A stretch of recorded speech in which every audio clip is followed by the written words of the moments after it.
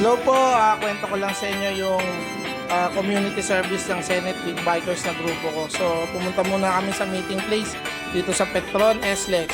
Then, pagdating doon, nagpa-picture agad ako sa kanila, sa mga tropa ko, sa mga kaibigan ko.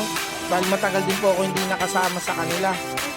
So, ito nga, nagbibigay ng details yung aming presidente kung saan kami mag-e-exit at saan ang destination namin. So, ito na nga, nag-exit kami dito sa may Eton. Pinintay namin iba namin kasama. Pasensya na ako kayo, wala akong video ng biyahe, nagloko kasi yung Insta360 ko. Yun, dumating na nga kami dito sa aming destination at kita nyo naman, maayos yung parking namin dahil well coordinated po ito doon sa barangay. So, nandito na nga tayo sa Barangay 3 dito sa Kabuyao.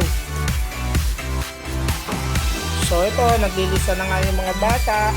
Bago magsimula yung program, nakapagpa-picture pa kami dito kay Boss Bay. So ito, nagbibigay ng konting pananalita yung aming presidente. Kasama niya dito si Boss Nora. Then makikita nyo, ayan, ang dami pong pumunta. Ito po, si Boss Tix to at nagsasalita rin siya dito. Ito naman, si Captain Santos ng HPD. And then si Boss Glenn. And then ito, si Captain Tonet. Thank you po sa pagtanggap sa amin. Then makikita nyo dyan yung mga bata. Yan, nagbibigay na kami dito ng mga ruskaldo sa mga bata. Ito, si Boss YP. At ito, makikita nyo, ang dami pong kumukuha.